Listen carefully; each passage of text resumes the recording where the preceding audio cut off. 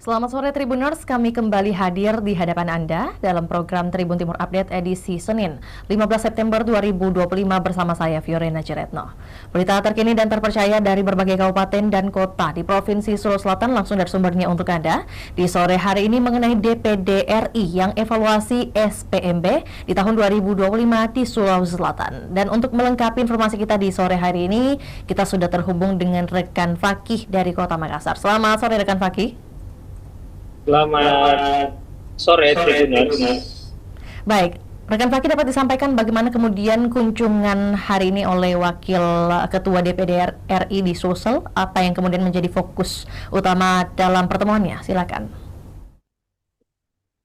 DPD RI melakukan kunjungan dipimpin oleh Wakil Ketua DPD RI, Tamsil Lindrung, ke SMA Negeri 17 Makassar dan juga di kantor Gubernur Sulawesi Selatan dalam rangkaian inventarisasi materi Undang-Undang Sistem Pendidikan Nasional tahun 2003 sekaligus mengevaluasi bagaimana sistem penerimaan murid baru tahun 2025 ini. Kita tahu bersama bahwa sistem penerimaan murid baru 2025 atau SPMB 2025 ini ada beberapa pembaharuan, termasuk adanya peralihan dari sistem zonasi ke domisili, kemudian jalur-jalur inklusi lainnya yang tetap dipertahankan seperti perpindahan orang tua, afirmasi, dan beberapa jalur lainnya. Dan ini momen ini juga ditandai dengan dibukanya forum bersama seluruh kepala sekolah SMA, SMK, SLB yang berada di Kota Makassar dan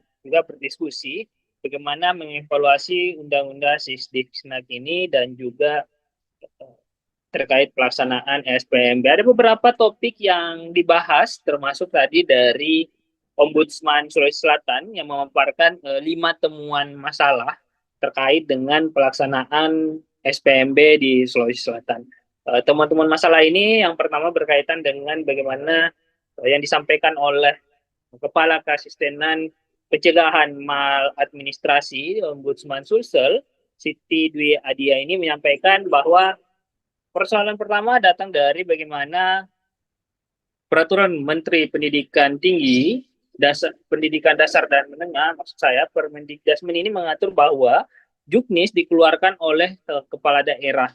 Namun dalam pelaksanaannya Ombudsman sulit mengakses Juknis yang ada dan disinyalir itu Juknis yang berada yang ditetapkan di Sulawesi Selatan sendiri merupakan SK dari dinas dan ditandatangani oleh Sekda, dan ini adalah temuan maladministrasi yang mana tidak sesuai dengan arahan dengan Permendikdasmen sendiri. Nah, persoalan berikutnya juga berkaitan dengan bagaimana pelaksanaan yakni tes potensi akademik. Diketahui bahwa dalam pelaksanaan SPMB tahun ini ada tes potensi akademik yang juga menjadi salah satu indikator kelulusan. Nah, namun adanya edaran bagaimana tes potensi akademik ini yang semula menjadi acuan utama atau indikator utama untuk menentukan kelulusan siswa, namun H-2 pelaksanaan tes potensi akademik ada perubahan yang dilakukan pemerintah Provinsi Sulawesi Selatan dalam surat edaran yang diberlakukan, yakni dengan menampilkan ataupun aturan baru berkaitan dengan kelulusan. Indikator kelulusan itu bukan hanya dari TPA, namun juga menggabungkan nilai rata-rata rapor dari semester 1 hingga semester 5 pada jenjang sebelumnya. Nah, selain itu juga ada temuan berkait inkonsistensi Juknis, di mana pemerintah provinsi sudah menerbitkan Juknis, namun setelah itu ada 4 surat edaran berbeda yang diterbitkan dan dinilai menimbulkan masalah karena tidak konsisten dari Juknis yang seharusnya menjadi pegangan utama, namun ada 4 edaran yang mengikut. Kemudian berkaitan dengan bagaimana tes TPA yang bersifat privasi. Nah, dia menjelaskan bahwa semua siswa A misalkan itu tidak mengetahui nilai dari siswa B. Nah, adanya ruang privasi dari nilai ini memungkinkan adanya kecurangan-kecurangan yang dapat terjadi ketika tidak adanya transparansi terkait nilai siswa, passing grade, dan semacamnya. Dan temuan terakhir juga berkaitan dengan bagaimana penetapan dari sekolah unggulan yakni di Sulsel sendiri di awal berjalannya SPMB sendiri belum ada berkaitan dengan sekolah unggulan, namun di tengah-tengah akhirnya tepat sebelum dimulai ada sekolah unggulan yang hanya menerima siswa itu dari jalur prestasi atau murni 100% siswa yang diterima ini berasal dari jalur prestasi. Dan ini keempat SMA tersebut ialah SMA 1, SMA 17 Makassar, SMA 2 Makassar, dan SMA 5 Makassar. Dan ini yang dikatakan Ombudsman ini bertentangan dengan Permendikdasmen, yang mana dengan menerapkan sekolah unggulan, dengan menerapkan hanya menerima melalui jalur prestasi dinilai tidak inklusi lagi karena tidak menerima jalur domisili, jalur perpindahan orang tua maupun afirmasi. Persoalan-persoalan ini dibahas dalam pertemuan dengan DPD RI dan juga kepala sekolah di seluruh Kota Makassar. Seperti itu, rekan Vio. Oke, baik. Jadi ada kemudian mungkin catatan-catatan yang menjadi perhatian atau juga alasan utama mengapa kemudian hal ini khususnya mengenai SPMB di Sulawesi Selatan akhirnya dibahas bersama beberapa stakeholder lainnya, dan ini dihadirkan juga kepada beberapa sekolah dan salah satunya adalah SMA Negeri 17. Lantas mungkin kalau ditanyakan mungkin saran yang disampaikan oleh DPD RI dalam hal ini diwakili oleh Tamsil Lindrung terkait sekolah swasta, mungkin dalam konteks ini seperti apa sarannya? Ya, Wakil Ketua DPD RI, Tamsil Lindrung, aku akan segera membahas bagaimana dengan kondisi atau keluhan-keluhan yang telah disampaikan baik itu oleh Ombudsman maupun oleh kepala sekolah. Nah, dengan sekolah unggulan sendiri, nah, itu Tamsil Lindrung meminta pemerintah provinsi untuk segera meninjau kembali, sebab Tamsil Lindrung menyebut bahwa keberadaan sekolah unggulan itu akan memicu terjadinya ketimpangan di dunia pendidikan, di mana orang-orang atau masyarakat akan berbondong-bondong mendaftar di sekolah unggulan, sementara meninggalkan sekolah-sekolah lainnya. Dan ini juga dinilai akan bermasalah di kemudian hari, sehingga memang disampaikan untuk segera dievaluasi terkait kebijakan sekolah unggulan. Dan PLT Kepala SMA 17 Makassar, ya, Nur Leli sendiri menjelaskan bahwa sebenarnya dalam nomenklatur sekolah unggulan itu ditetapkan dengan nomenklatur nama sekolah persiapan unggulan. Artinya, pemerintah provinsi baru mempersiapkan sekolah unggulan dengan tujuannya mencapai titik unggul dengan indikator-indikator tertentu. Ya, disampaikan bahwa sebenarnya pemerintah provinsi ini berkaca dari di Jakarta yang juga memiliki sekolah unggulan. Nah, ada beberapa penyesuaian yang harus dilakukan oleh sekolah-sekolah yang ditetapkan sebagai persiapan unggulan, termasuk dengan bagaimana penyiapan tenaga kependidikan, kurikulum, dan fasilitas sendiri. Dan pemerintah juga didorong untuk segera menyesuaikan bagaimana dengan aturan-aturan dari Kementerian Pendidikan Dasar dan Menengah, seperti itu, Kak Vio. Oke, berarti sampai saat ini rekan Faki yang bisa kita ketahui mengenai sekolah-sekolah mana saja, sekolah-sekolah apa saja yang kemudian saat ini mungkin statusnya sedang dalam persiapan untuk unggulan di Kota Makassar, ada apa saja? Ya, untuk sementara yang berstatus persiapan unggulan ini ada SMA 1 Makassar, SMA 2 Makassar, SMA 5 Makassar, dan SMA 17 Makassar. Selanjutnya juga ada sekolah boarding school, ya, seperti SMA 5 Parepare, ada SMA di Kabupaten Goa juga, kemudian ada juga di Kabupaten Pinrang, seperti itu kan. Oke, baik. Terakhir rekan Fakir, lantas mungkin dengan adanya bahasan ini atau juga mungkin hingga informasi ini sudah tayang di beberapa kanal media atau juga wadah Tribun Timur sendiri, ini respon masyarakat atau mungkin juga orang tua siswa terkait kebijakan, apakah sudah Anda himpun? Ya. Terkait dengan respon masyarakat sendiri, memang persoalan mengenai SPMB sendiri jadi perhatian serius, karena beberapa waktu lalu beberapa sekolah juga langsung mendapat protes seperti yang terjadi di SMA 12 Makassar, SMA 21 Makassar, yang mempertanyakan transparansi terkait dengan penerimaan murid baru. Dan juga pemerintah sendiri ataupun dari pemerintah Provinsi Sulawesi Selatan juga siap untuk melakukan evaluasi, sementara dorongan masyarakat bagaimana bisa pelaksanaan ataupun SPMB tahun 2026 mendatang lebih transparan dan berlaku adil untuk seluruh masyarakat. Seperti itu, rekan Vio. Oke, baik. Yang terpenting adalah bagaimana kemudian kebijakan-kebijakan yang hadir ini bisa dirasakan secara inklusif bagi seluruh masyarakat, khususnya di Kota Makassar. Terima kasih atas laporannya di sore hari ini, rekan Faki. Selamat kembali bertugas dan juga Tribuners. Kami akan tayangkan cuplikan liputan yang telah dihimpun oleh rekan Faki. Berikut juga pernyataan dari Wakil Ketua DPD RI Tamsil Lindrung. Berikut laporannya, selamat menyaksikan.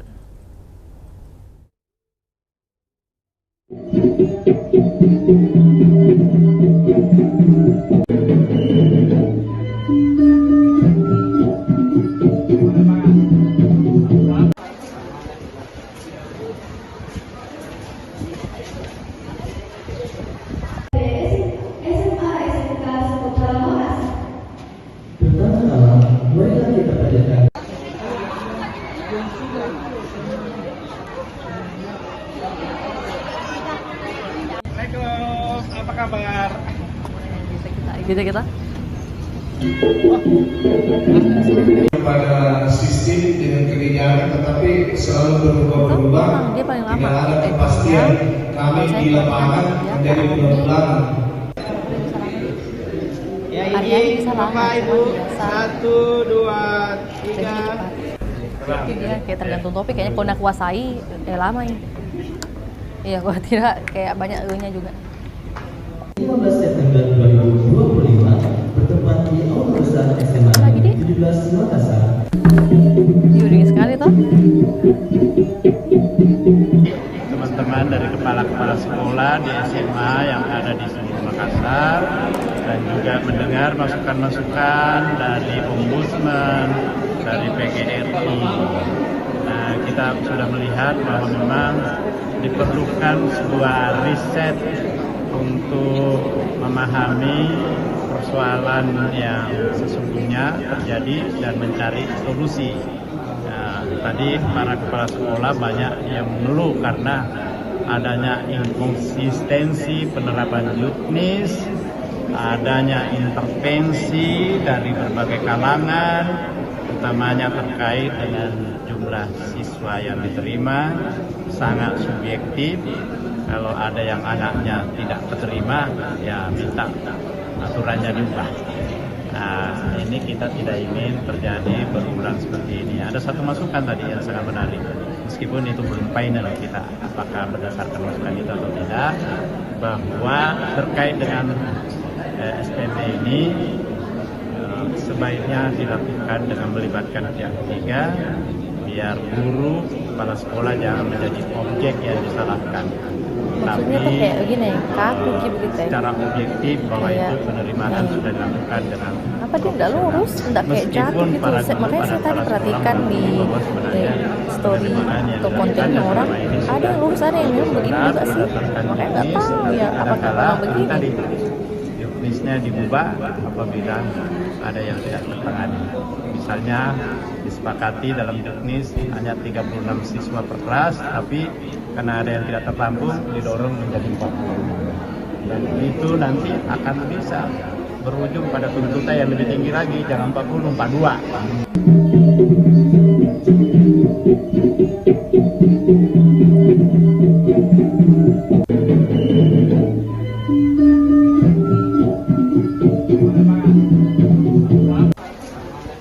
Alhamdulillah.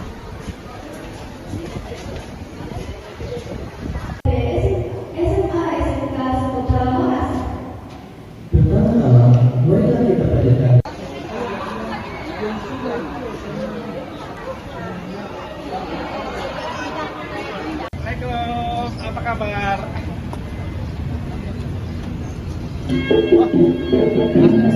Pada sistem dengan kebijakan, tetapi selalu berubah-ubah. Tidak ada kepastian. Kami di lapangan menjadi bulan-bulan. Ya izin Bapak Ibu, 1, 2, 3. Tenang, ya. Alhamdulillah.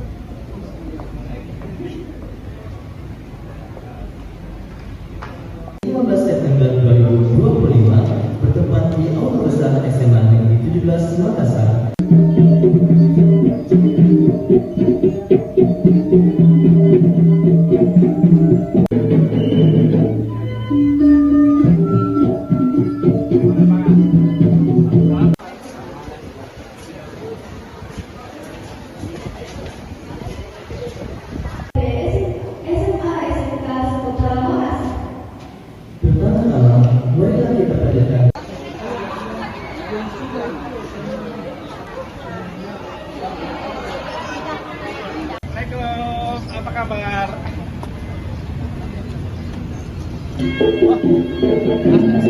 pada sistem dengan kebijakan, tetapi selalu berubah-berubah, tidak ada kepastian. Kami di lapangan menjadi bulan-bulanan. Ya izin Bapak Ibu, 1, 2, 3. Tenang ya, dulu.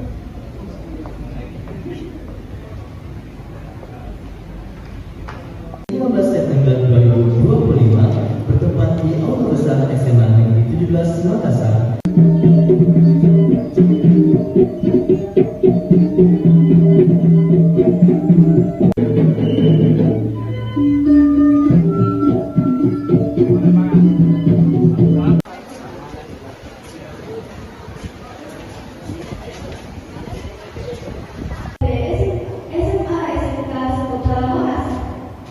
Pertama-tama, marilah kita panjatkan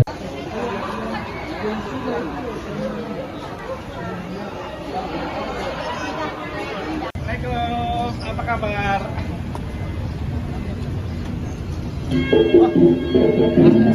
Pada sistem dengan kebijakan, tetapi selalu berubah-berubah, tidak ada kepastian. Kami di lapangan menjadi bulan-bulanan. Ya izin Bapak Ibu, 1, 2, 3. Tenang ya, dulu.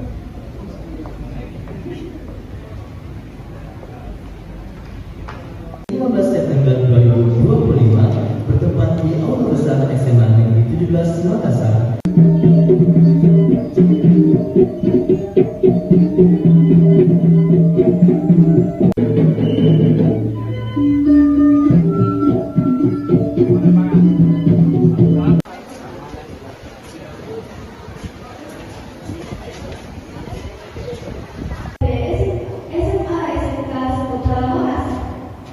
Pertama-tama, marilah kita panjatkan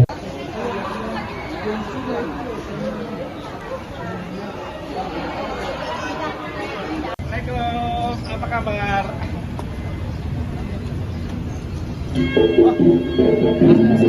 Pada sistem dengan kebijakan, tetapi selalu berubah-berubah, tidak ada kepastian. Kami di lapangan menjadi bulan-bulanan. Ya izin Bapak Ibu, 1, 2, 3. Tenang ya, dulu.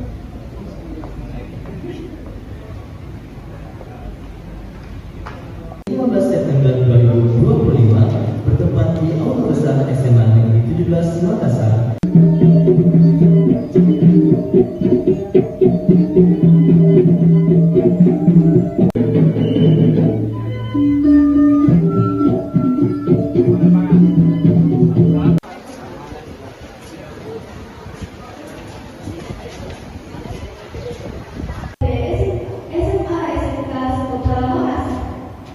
Pertama-tama, marilah kita panjatkan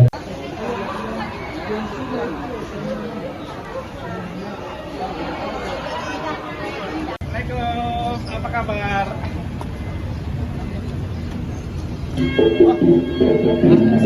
Pada sistem dengan kebijakan, tetapi selalu berubah-berubah, tidak ada kepastian. Kami di lapangan menjadi bulan-bulanan. Ya izin Bapak Ibu, 1, 2, 3. Tenang ya, dulu.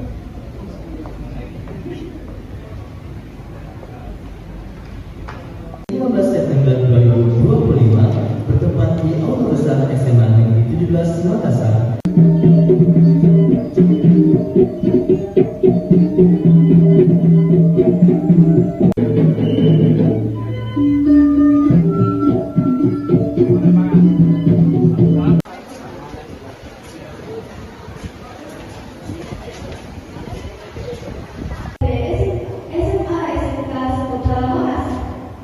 Pertama-tama, marilah kita panjatkan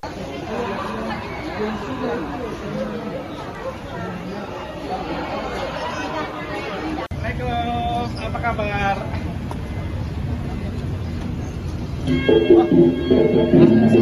Pada sistem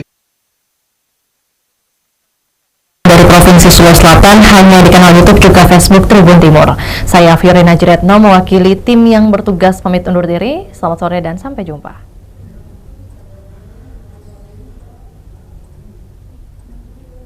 Download Tribun X sekarang, menghadirkan lokal menjadi Indonesia.